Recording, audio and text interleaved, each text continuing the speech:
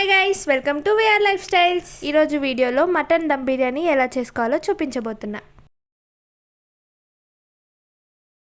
ఇక్కడ నేను 1/2 kg mutton తీసుకున్నాను. 2 స్పూన్స్ ఆఫ్ చిల్లీ పౌడర్, ఉప్పు, చిటికెడంత పసుపు, ధనియాల పొడి, బిర్యానీ పౌడర్, 2 కప్స్ ఆఫ్ పెరుగు, నిమ్మకాయ, 1 కప్ ఆఫ్ పుదీనా, తరుక్కున్న మిరపకాయలు, మసాలా ఐటమ్స్. ముక్కలకి మసాలా పట్టేలాగా బాగా మిక్స్ చేసుకోవాలి.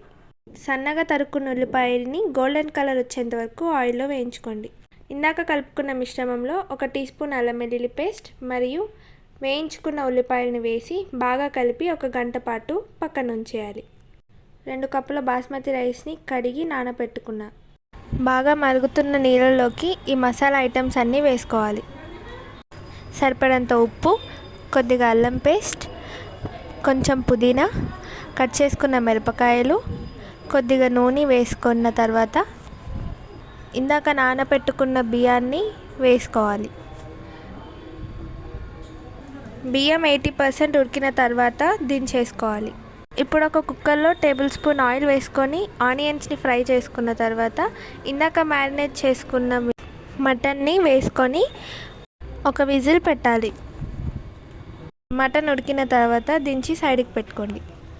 ఒక ప్యాన్లో 2 స్పూన్స్ ఆఫ్ నెయ్యి వేసుకొని ముందుగా కొద్దిగా రైస్ వేసి దానిపైన మటన్ వేసాక మిగతా రైస్ అంతా దానిపైన వేసేయండి.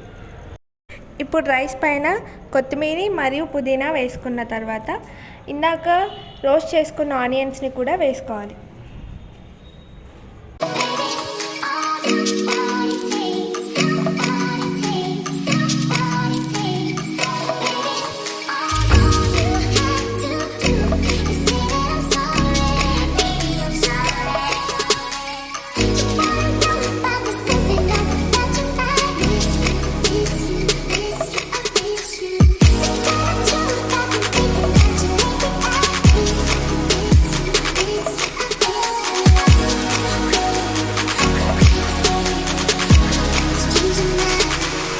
Caught up in this